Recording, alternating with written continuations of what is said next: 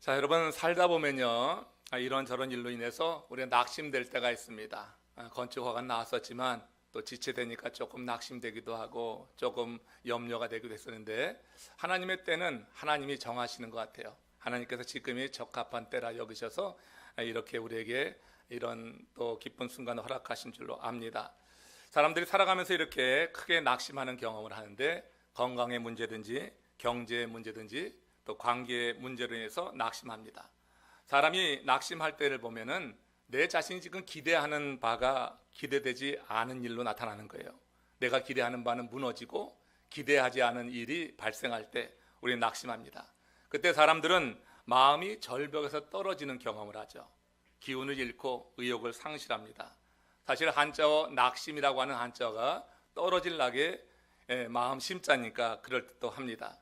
낙심이란 이렇게 절벽에서 떨어지는 경험이요, 좌절하고 소망을 잃고 살아가는 그런 상태를 말합니다.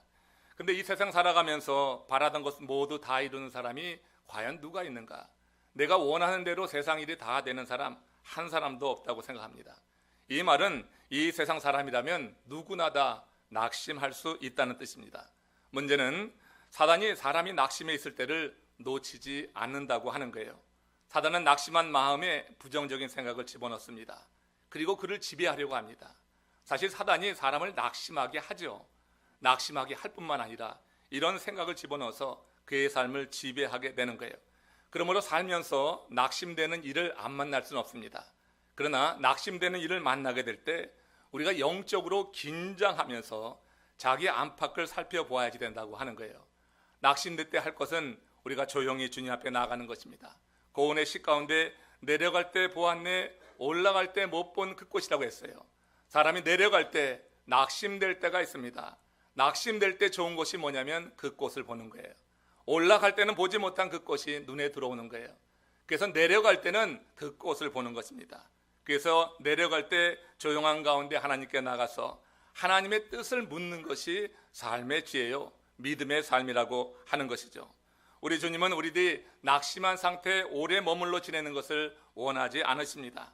그래서 우리가 낙심 중에 마음 열고 주를 향하여서 마음을 열고 다가서게 되면 주님은 언제든지 우리의 삶 가운데 다가오셔서 그런 상태에서 벗어날 수 있도록 도와주시고 답을 주신다고 하는 거예요.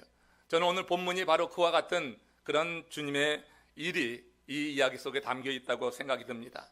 예수님께서 부활하신 날이었습니다. 예루살렘을 떠나서 엠마오로 내려가는 두 사람이 오늘 본문에 등장을 해요. 이 두 사람은 예수님의 제자들이었습니다. 예수님의 제자들인데 크게 낙심해 있습니다. 예수님의 말씀대로 들었고 기적도 보았던 사람들이에요. 예수님이 예루살렘에 입성하는 것과 그곳에서 일어난 일들을 다 알았던 사람들입니다. 그런데 그들이 예수님이 십자가에 달려 운명하시는 그날 크게 낙심했습니다. 패배감과 허탈감에 사로잡히게 되었습니다. 예수님에 대한 기대가 컸던 만큼 예수님께서 힘없이 죽어가는 모습을 본 그들은 크게 낙심하고 좌절했어요. 그리고 예수를 추종하는 이들에게 임할지도 모를 이제 그 후폭풍을 두려워하면서 예루살렘을 떠나서 엠마오로 내려가고 있는 것입니다. 그때 모습을 누가복음 23장 4장 13절 14절에서 오늘 본문에서 이렇게 말합니다. 같이 합독합니다. 그날에 그들 중 둘이 예루살렘에서 25리 되는 엠마오라 하는 마을로 가면서 이 모든 된 일을 서로 이야기하더라. 여기 보니까 두 제자가 엠마오로 내려가면서 바로 사흘 전에 예루살렘에서 있었던 일을 나누고 있었다고 했는데, 그들의 그때 그 심적 상태가 어떠했는지 오늘 본문 누가복음 24장 15절 17절에서 이렇게 맛볼 수가 있습니다. 같이 읽습니다. 그들이 서로 이야기하며 문의할 때 예수께서 가까이 이르러 그들과 동행하시나 그들의 눈이 가리워져 그인 줄 알지 못하거늘 예수께서 이르시되 너희가 길 가면서 서로 주고받고 하는 이야기가 무엇이냐 하시니 두 사람이 슬픈 빛을 띠고 머물러 서더라. 여러분, 두 제자가 엠마오로 향해 내려가던 날은 인류 역사상 가장 중요한 날이에요. 인류 역사상 가장 중요한 날, 주께서 죽음에서 부활하심으로 사망 권세를 이기고 영원히 사는 생명의 길을 내신 그날이에요. 우리는 그날을 지금 주일로 지키고 있는 것이고 최초의 주일이 바로 주께서 죽음에서 부활하신 그날이요, 두 제자가 엠마오로 내려가던 날이었다고 하는 것입니다. 기쁘고 즐거워야 할 그날, 그들은 슬프고 낙심한 상태로 엠마오로 향해 나가고 있는 것이에요. 왜 그들은 그렇게 슬프고 낙심해 있는 것인가? 여러분 어떻게 생각하십니까? 저는 이렇게 생각합니다. 예수님께서는 이미 당신이 십자가에 달려 죽으시고 사흘 만에 부활하실 것을 예고하시고 말씀하셨는데 그들은 그 말씀을 믿지 못했기에 슬픈 겁니다. 그리고 막달라 마리아와 다른 여인들이 일찍 새벽에 무덤에 가서 그 보고 들은 그 간증을 했는데 이 간증도 그들은 믿지 못했다고 하는 거예요. 그들은 예수님께서 직접 하신 말씀도 안 믿었고 무덤에 다녀온 여인들의 이야기, 그 간증도 믿을 수가 없었다고 하는 거예요. 그들이 지금 예루살렘을 떠나는 것, 그리고 엠마오로 향해 나가고 있다고 하는 사실이 이걸 증명하는 거예요. 그들의 불신이 바로 이렇게 엠마오로 향해 나가고 있게 했다고 하는 거예요. 예수님이 부활하셨다고 하는 그 사실을 믿었다면 예수님을 찾아 나서야지 됐었고, 혹은 예수님을 기다리면서 예루살렘에 머물러 있어야지 되었을 것입니다. 그래서 부활하신 예수님을 만났다면 그들이 예수님을 떠날 리 없었다고 하는 거예요. 결국 불신이 두 제자로 하여금 우울하고 슬픔에 잠기게 했던 것이고, 주와 함께 머물러 있어야 할 자리를 떠나서 육적인 안위를 찾아서 지금 엠마오로 향해 나가고 있다고 하는 거예요. 여러분 어느 때는 우리가 머물러야 될 자리가 있는 겁니다. 이 머물러야 될 자리를 떠나서 육적인 안위를 취하게 될 때 내가 생각한 만큼 기쁨이 있지 않아요. 여러분들은 구원받을 하나님의 사람들이기 때문에 성령이 여러분들에게 주시는 마음의 감동에 따라서 머물러야 할 곳에 대해서 여러분 인식할 수가 있습니다. 그걸 무시하고 내가 머물러야 될 자리가 아닌 다른 곳에 가면은 그건 기쁨은 없어요. 거기에서 여러분은 큰 좌절을 경험할 수도 있는 겁니다.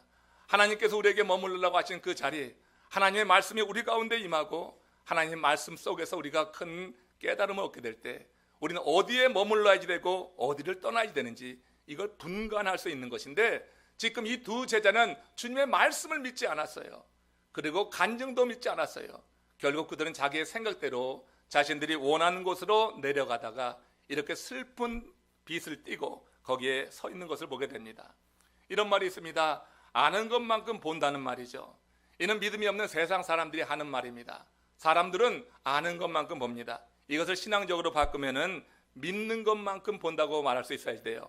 우리 믿음의 사람들은 아는 것만큼 보는 것에서 이제 믿는 것만큼 보는 그런 단계로 나가야 되는 것입니다.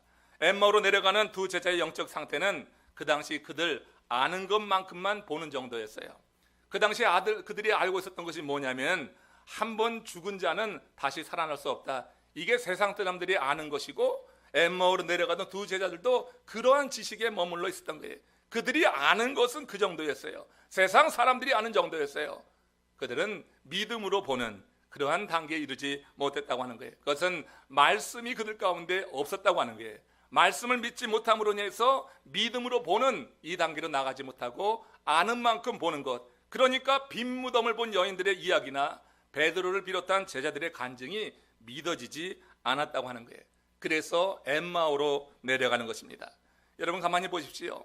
하나님의 말씀을 진정 믿는다고 하면서 슬픔에 쌓여 지내는 사람 있습니까? 정말로 하나님의 말씀이 믿어지는데 그렇게 낙심한 상태로 있을 수 있습니까? 정말로 하나님의 말씀이 내 속에 있는데 엠마오로 향해 나갈 수 있습니까? 내가 있어야 될 예루살렘을 떠나서 엠마오로 나가는 것은 말씀이 믿어지지 않는 것입니다. 하나님의 말씀이 믿어지면은 그렇게 할 수가 없습니다. 하나님의 말씀이 내 삶을 다스리면은 슬픔에 쌓여 지낼 수가 없습니다. 여러분 기껏 사흘입니다. 예수님을 그 돌무덤에 가둬온 것은 고작 사흘이었어요. 예수님은 사흘 만에 4만 권세를 깨고 부활하셨어요. 우리 믿음의 사람들도 살면서 낙심할 수 있습니다. 절망할 수도 있고 좌절할 수도 있습니다. 그러나 그 기간은 사흘 정도 돼야지 됩니다. 사흘이 넘도록 계속해서 낙심하고 슬퍼하는 것은 믿음의 사람이 아닌 것입니다. 하나님의 말씀이 있다고 하면은 우리는 사흘, 고작 사흘, 사단이 나를 조롱하고 나를 시험하는 기간은 사흘 정도면 충분합니다. 하나님의 말씀이 우리를 그렇게 두지 않는 것입니다. 믿음의 삶을 산다고 하는 것이 바로 그런 거라고 하는 거예요. 하나님의 말씀이 우리 속에 있고 그 말씀이 믿어지면은 믿는 자 속에서 하나님께서 우리로 하여금 그렇게 낙심한 상태로 있게 두질 않는다고 하는 거예요. 일단 우리가 하나님의 말씀을 믿음으로 받으면 그 말씀은 우리 속에서 스스로 역사하는 힘이 있어요. 말씀은 인격이기 때문에 우리 속에서 스스로 역사해서 우리 속에 어둠을 물리치고 영적으로 병든 부위가 어떤지 분명히 알아서 그것을 다 치료하고 새로운 기운을 불러넣는 게 하나님의 말씀이라고 하는 거예요. 그래서 여러분, 바울이 고린도 교우들에게 말씀한 대로 그 이후의 삶이 긍정적이고 적극적으로 변해가는 거예요. 세상 사람들이 말하는 그런 긍정주의가 아니라 성경에서 말하는 긍정주의, 이것은 하나님의 말씀에 근거한 그러한 삶이라고 하는 건데, 고린도후서 1장 20절에서는 이렇게 밝히고 있습니다. 같이 읽습니다. 하나님의 약속은 얼마든지 그리스도 예수 안에서 예가 되니 그런즉 그로 말미암아 우리가 아멘하여 하나님께 영광을 돌리게 되느니라. 하나님의 약속, 하나님의 말씀은 예가 되는 거예요. 그리스도 안에서 언제든지 얼마든지 예가 되는 거예요. 그리스도 안에서 예가 된다고 하는 것은 말씀 안에서, 믿음 안에서 이런 뜻이 될 것입니다. 하나님이 우리에게 주신 약속은 항상 이루어지는 거예요. 그 하나님의 약속은 언제든지 우리 삶 속에 우리가 경험할 수 있는 거예요. 그리스도 안에 있으면 하나님의 말씀이 내게 들려질 때 이 말씀은 반드시 내 삶에 영향을 주고 영향을 미쳐서 그 말씀이 그대로 된다고 하는, 예가 된다고 하는 고백이 가능하다고 하는 거예요. 그래서 우리가 아멘하여 하나님께 영광을 돌리게 된다고 하는 것입니다. 여러분, 세상의 말도 어떤 한마디가 사람의 삶에 큰 영향을 미치는 경우가 있더라고요. 그 유명한 강철한 카네기, 세계 제1의 부자라고 하죠. 그런 이 카네기의 사무실 한쪽 벽에 아주 낡고 커다란 그림 하나가 걸려 있곤 했다고 합니다. 그가 그 모든 일을 마칠 때까지 그 사무실에는 항상 이 그림이 있었다고 하는 거예요. 나룻배 한 척이 바닷물이 다 빠져나간 모래사장에 턱 걸쳐 있는 그런 좀 외롭게 보이는 그림입니다. 이 그림은 유명한 화가의 그림이 아닌 겁니다. 소장 가치가 있는 그런 그림도 아니었습니다. 그런데 카네기는 이 그림을 평생 아주 소중하게 간직했다고 하는 거예요. 그것은 그 그림 밑에 있는 글귀 때문이었습니다. 지금 이 그림에는 한글로 번역해놨지만 영어로 되어 있었겠죠. 그 그림 밑에 있는 바로 이 글귀입니다. 반드시 밀물 때는 온다고 하는 거예요. 지금 물이 다 빠져나간 썰물 때 이 배 한 척이 모래사장에 걸쳐 있어요. 아무 쓸모없는 것 같아요. 모래사장에 걸쳐 있는 이 배는 쓸모가 없습니다. 그러나 그 아래에 있는 글귀가 소망을 주는 것입니다. 반드시 밀물 때는 온다. 그때 나는 대양을 향해 심차게 노져 나가리라. 이것이 여러분 카네기가 늘 다짐했던 고백이라고 하는 것입니다. 카네기는 그 인생의 썰물이 임할 때 대양을 향해 나갈 준비라는 준비의 기간으로 삼고 인내했다고 하는 거예요. 우리 삶에 썰물이 오면은요, 낙심하는 거예요. 내 인생에 썰물이 올 때 시시낙낙 즐거워하는 사람 아무도 없어요. 우리 인생에 여러 모양으로 썰물이 올 수 있습니다. 우리 건강에도 썰물이 오고요, 경제에도 썰물이 오고요, 그리고 관계에도 썰물이 와서 주변에 아무런 사람이 없어요. 너무너무 외롭고 너무너무 고독하고 힘든 시간들이 우리들에게 올 수 있습니다. 믿는 우리들에게도 그런 순간이 찾아들 수 있습니다. 그러나 카네기처럼 우리도 생각해 보십시오. 반드시 밀물 때는 오는 것입니다. 나갔으면 들어올 때가 있는 것입니다.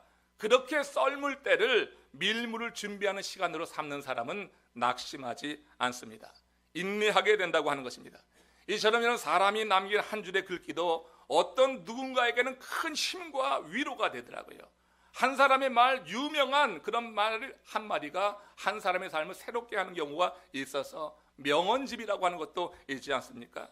여러분, 그러나 그런 세상 사람들이 남긴 말은 이 세상 살아가는 동안에 유익한 것입니다. 이 세상 살아가는 것에 제한이 되어 있습니다.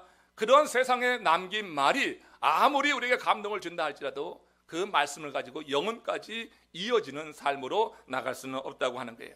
그러나 여러분, 언약의 말씀을 붙잡게 되면 이 언약의 말씀은 오늘 이 시대에 우리가 사는 이 땅의 삶에서도 우리에게 희망을 주고 우리가 낙심의 자리에서 벗어나서 하나님 주신 희망과 용기를 갖고 살아가게 하고 그뿐만 아니라 영원한 삶까지 우리를 이어지는 생명의 다리가 되는 줄로 믿습니다.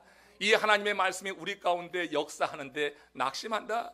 이 생명의 말씀이 우리 가운데 있는데 절망한다? 우리의 삶이 그렇게 될 수가 없게 하나님은 말씀 안에서 인격적으로 우리 가운데 역사하시기에 그렇게 되지 않는다고 하는 거예요. 우리 하나님이 바로 그런 분이라고 하는 거예요. 하나님이 말씀이기 때문에 말씀이신 주님을 우리가 믿음으로 받게 될 때 하나님이 우리 속에서 우리를 다스리는 것과 같다고 하는 거예요. 이게 여러분 어제 큐티 말씀에 있었고 어제 새벽 예배에 잠시 나눈 말씀이기도 하지만 출애굽기 33장 14절에서 우리 하나님이 자신의 이름을 밝히는 내용 속에 담겨 있는 진리입니다. 같이 읽어봅니다. 하나님이 모세에게 이르시되 나는 스스로 있는 자이니라.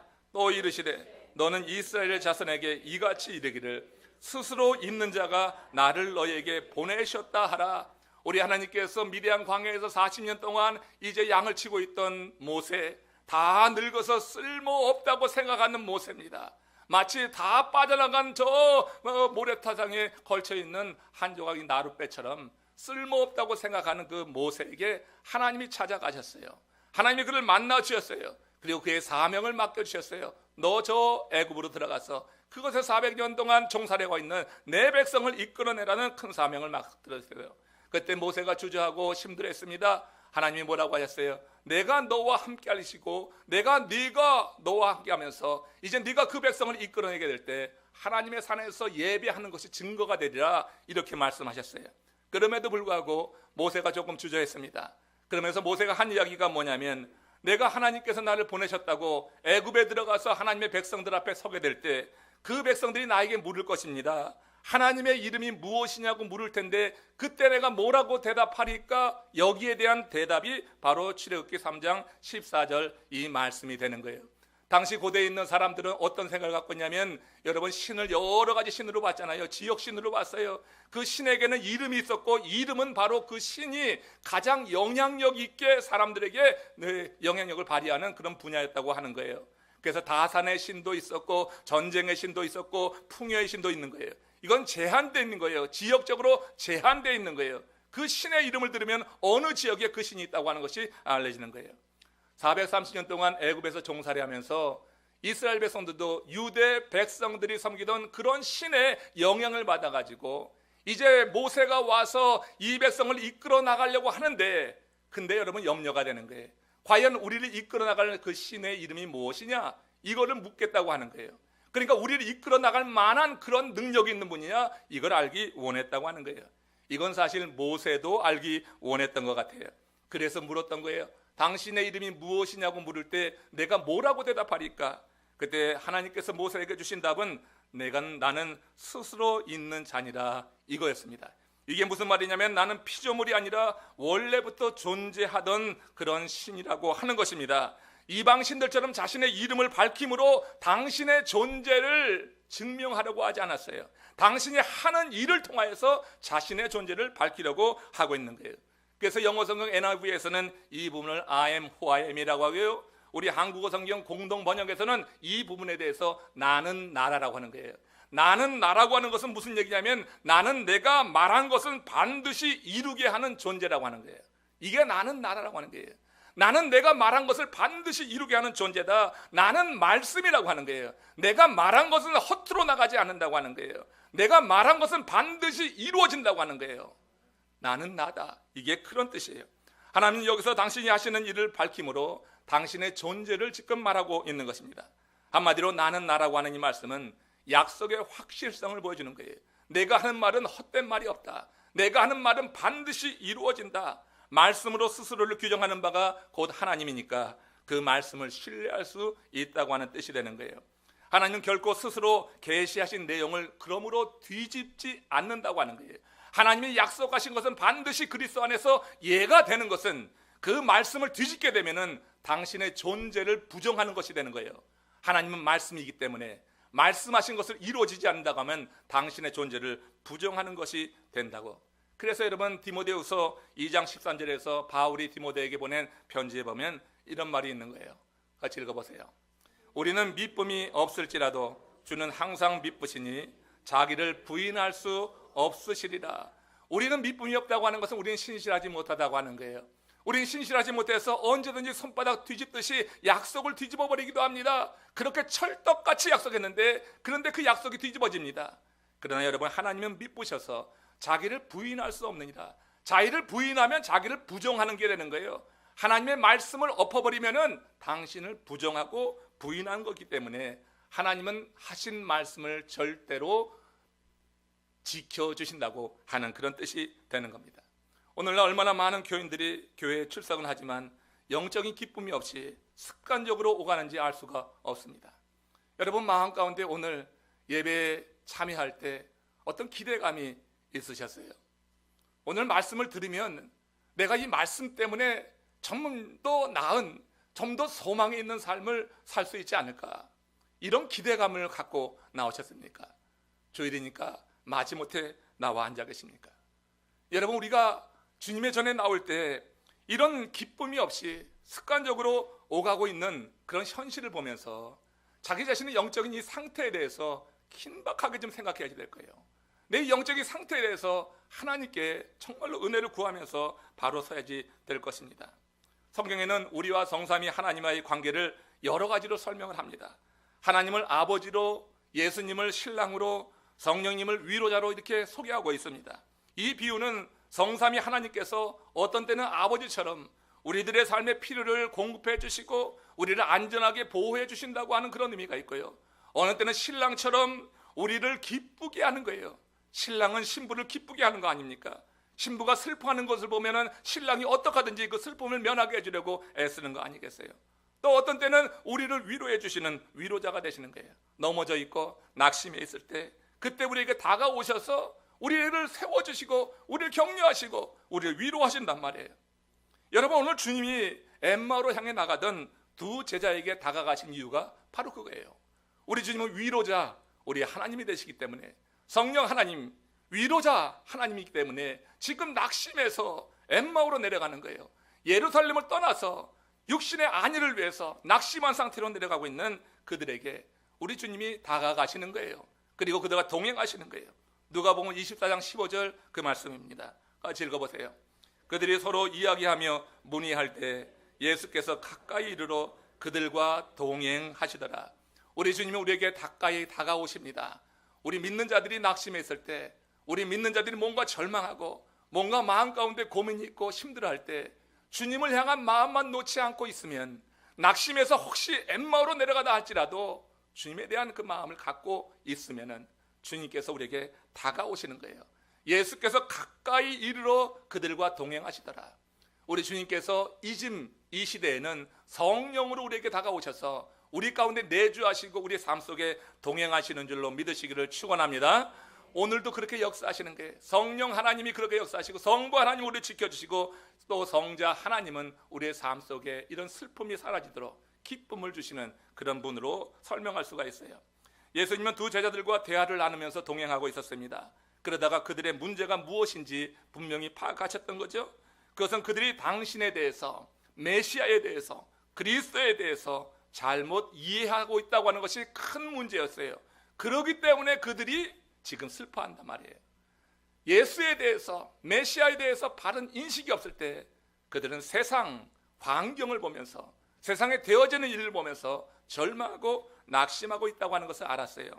그들이 길을 가면서 나눈 이야기가 바로 그들이 예수를 어떻게 생각하느냐, 그리스도를 어떻게 생각하느냐, 이걸 보여주고 있는데, 누가복음 24장 21절 말씀입니다. 같이 읽어봅니다. 우리는 이 사람이 이스라엘을 속량할 자라고 바라노라. 우리는 이 사람이, 예수님이 이스라엘을 속량할 자라고 바라노라.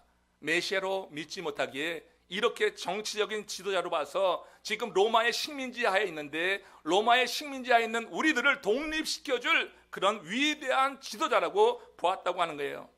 그동안 예수님께서 행하신 이적을 보니까, 또 사람들의 마음을 사로잡는 예수님의 웅변력을 보니까 그 정도면 이스라엘을 결집시키기에 충분하다고 하는 그와 같은 나름대로의 신념이 있었던 거예요. 그 정치적인 영향력을 행사해서 우리를, 이스라엘을 속량할 자라고 하는 그런 생각이 그들이 예수님을 바라보고 있었던 예수님에 대한 이해였다고 하는 거예요.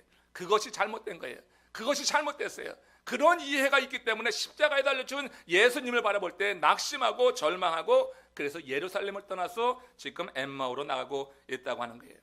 예수님은 그들이 이 오해하고 있었던 메시아관을 바로 잡아줄 필요를 느끼셨습니다. 그래서 그들에게 성경을 풀어 설명하시는 거예요. 누가복음 24장 27절, 여기서 성경 풀어 설명하면서 당신이 누군가, 이걸 지금 말씀하십니다. 시작.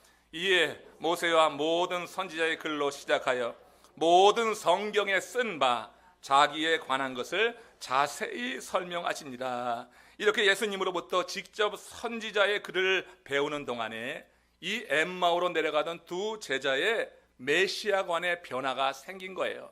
말씀이 믿어지는 거예요. 말씀이 믿어진 거예요. 예수님으로부터 직접 듣는 순간에 말씀이 믿어지는 거야. 그래서 그 증거로 예수님을 만나기 전에는 그렇게 슬퍼하던 그들이 이 두 제자의 고백이 달라져요. 그 누가복음 24장 32절입니다. 같이 읽습니다. 그들이 서로 말하되 길에서 우리에게 말씀하시고 우리 속에서 마음이 뜨겁지 아니하더냐. 여러분, 이 제자들은 그 마음이 차가웠었어요. 슬픔에 잠겨 있었어요. 그러니까 예수님에 대한 바른 이해가 없을 때는, 메시아에 대한 이해가 없을 때는 그렇게 예수님이 십자가에 달려 죽는 이 사건을 통하여서 좌절하고 낙심하고 슬퍼했는데, 예수님이 동행하시면서 말씀을 풀어주시는 거예요. 당신에 대해서, 자기에 대해서 모세와 모든 선지자의 글을 통하여서 당신에 대해서 풀어 설명하는데, 그 말씀을 듣는데 왠지 모르게 마음이 뜨거워지는 거예요. 제자들의 마음이 뜨거워진 것은 주의 말씀이 그들 속에서 역사하고 있다고 하는 증거입니다. 하나님의 말씀이 그들 가운데 박히고 있다고 하는 것입니다. 하나님의 말씀이 이해될 때 벅찬 감동이 일어나는데, 그때 마음이 뜨거워지는 현상이 나타나는 거예요. 여러분, 말씀 안에 굳건히 서 있는 사람들 보세요. 한두 번 다 말씀 앞에서 뜨거워진 경험이 있는 사람들이에요.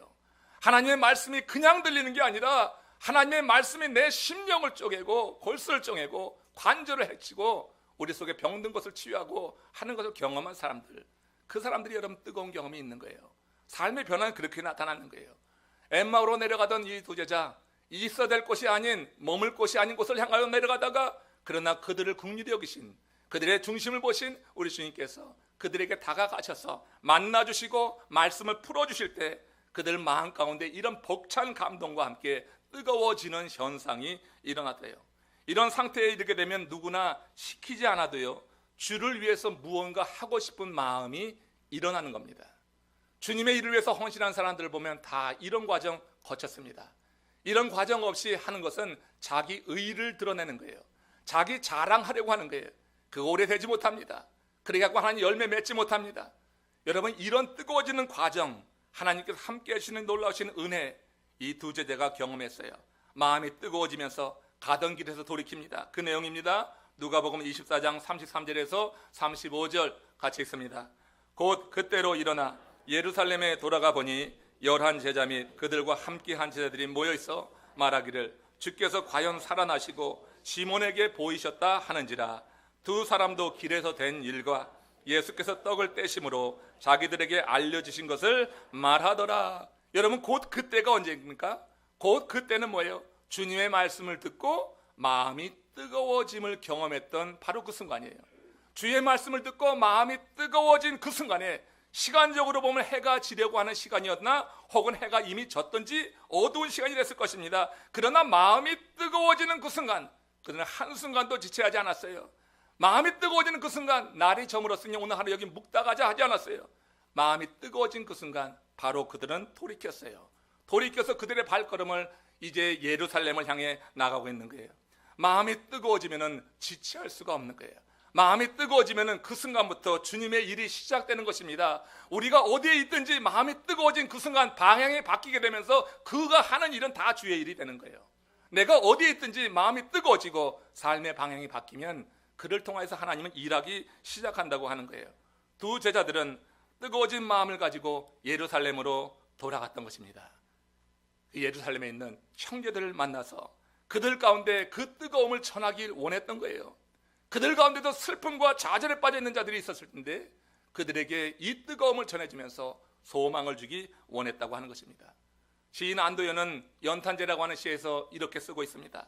연탄재 함부로 발로 차지 말라. 너는 누구에게 한 번이라도 뜨거운 사람이었느냐. 여러분, 세상 사람도 누군가에게 한 번 정도는 뜨거운 사람이 되기를 소망합니다. 너는 누군가에게 한 번이라도 뜨거운 사람이었느냐. 연탄재 다 버려진 것 같다고 아무렇게나 차지 마라. 그도 자기 사명을 다하고 그렇게 변해간 것이다. 한 번이라도 뜨거운 적이 있었느냐. 여러분, 세상 사람들이 그런다고 하면은 하나님의 은혜로 구원의 기쁨을 가지고 이제 주님이 주시는 영생을 바라보고 나가는 우리들이 여러분 세상을 향해서 뜨거워져야지 되지 않겠어요? 이 뜨거움을 여러분 나눠주고자 하는 그런 마음이 있어야지 되지 않겠습니까? 나 혼자 뜨겁고 말 것입니까? 혼자 뜨겁고 홀방에서 혼자 뜨겁다 말 것이에요? 그러다 식고 말 것입니까?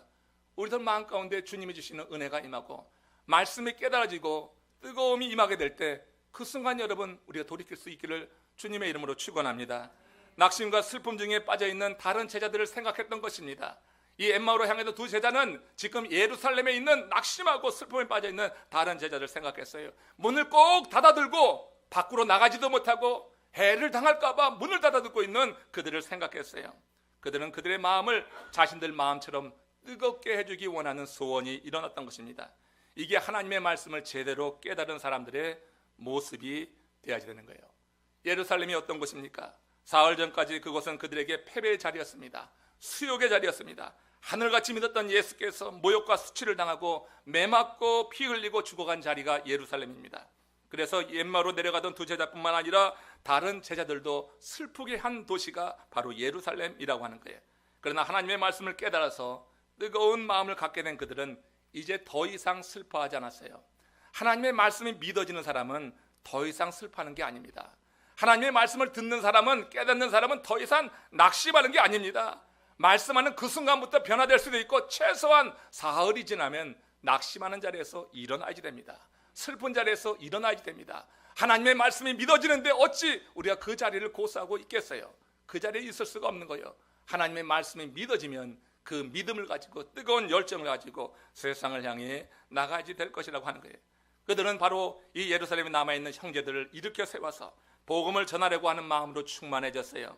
이렇듯 엠마오 도상에서 부활하신 주님을 만난 그들은 완전히 변화된 삶을 살기 시작했는데 이게 여러분 하나의 특징이 되어서 부활하신 주님을 만난 바울도 그 만난 자리에서 180도 바뀌지 않았어요.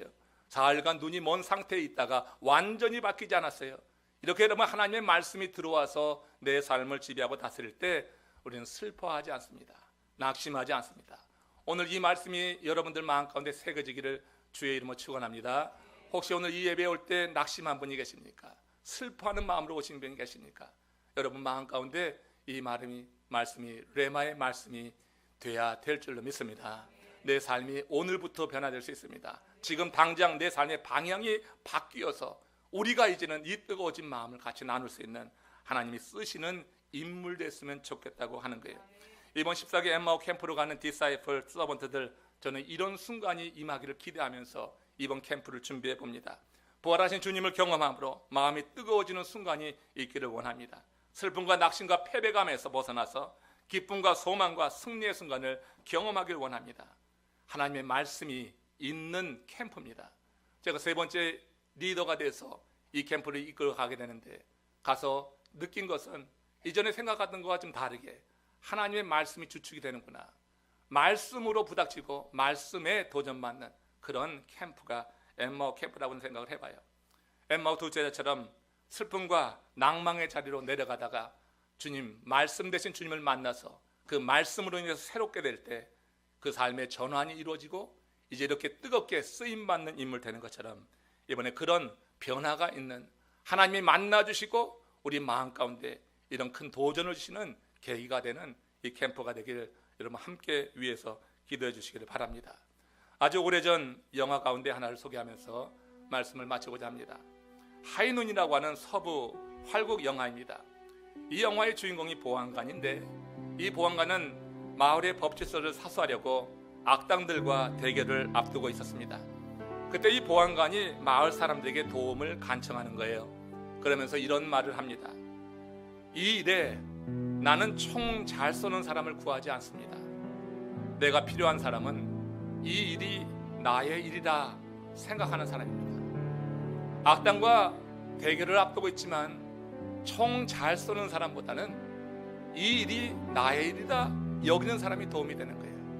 아무리 총을 잘 쏴도 이 일이 나의 일이라 생각하지 않는 사람은 악당이 총구를 거늘 때 도망갈 수 있습니다.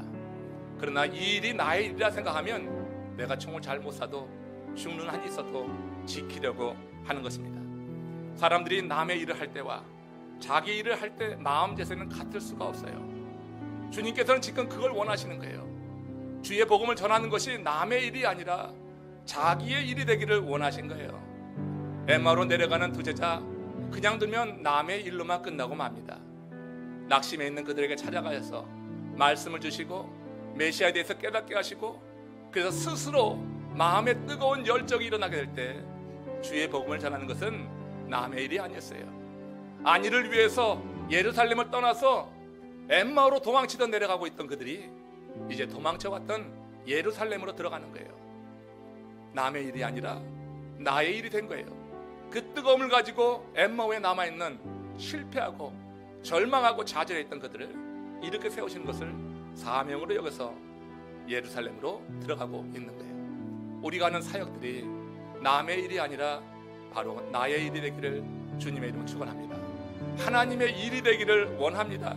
내가 하는 사역이 그냥 남의 일로 여겨진다고 할 때 우리는 열심을 낼 수가 없고 보람도 없고요, 일하면서 지치고 탈진하고 우리는 그 일 속에서 넘어지고 낙심하고 말 거예요. 그러나 주 은혜 안에서 성령이 주시는 감동에 따라서 하나님의 말씀이 믿어지고 그 말씀에 굳건히 서서 이것이 남의 일이 아니라 나의 일이 되면은 그때는 사정이 달라집니다. 이제 저는 건축에 대해서 공식적으로 말하겠습니다. 그동안 이런저런 일로 인해서 이건 말하는 것조차 쉽지 않은 그런 시간들이 있었습니다. 그러나 여러분, 이제는 우리가 모두 다 건축이 남의 일이 아니라 나의 일이 되기를 원합니다. 하나님께서 이루신 일들을 바라보면서 이런 일들이 하나님께서 행하신 일이구나 하는 증거들로 여겨져서 이제는 남의 일이 아닌 나의 일이 됐으면 좋겠다.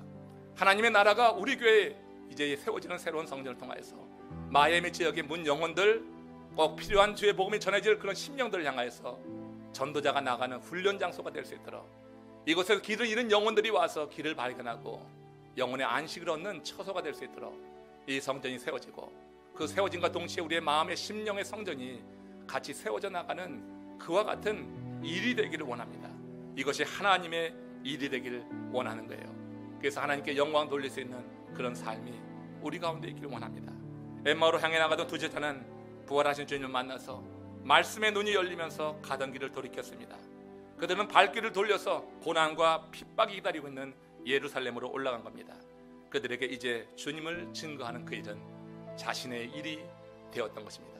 오늘 이런 우리의 삶의 변화, 내 마음의 뜨거워짐의 이런 변화를 통하여서 내 삶 속에 구체적으로 나타나는 것을 여러분 바라보면서 스스로 기뻐하시고, 그리고 그 기쁨을 가지고 주의 일을 감당하는 하나님의 사람 되시기를 주의 이름으로 축원합니다. 다 같이 고개 숙여서 기도합시다. 주님이 우리와 함께 하셨습니다. 우리를 도우셨습니다. 우리를 이끄셨습니다. 우리가 삶의 어떤 순간에 놓였든지 그 순간이 너무 절망적이고 너무 암담하고 깜깜한 순간이었다 할지라도 우리 주님이 그런 시간을 허락해 주실 때는 다 뜻이 있는 것입니다. 우리는 하나님의 섭리를 믿는 하나님의 사람들입니다. 이제 주님의 일을 감당하기 원합니다. 주님께서 원하시는 길을 가기 원합니다. 엠마오로 내려가던 두 제자가 낙심한 자리에 있었지만 주님을 만나고 말씀을 듣고 변화되었는데 우리의 삶이 그렇게 되기를 원합니다.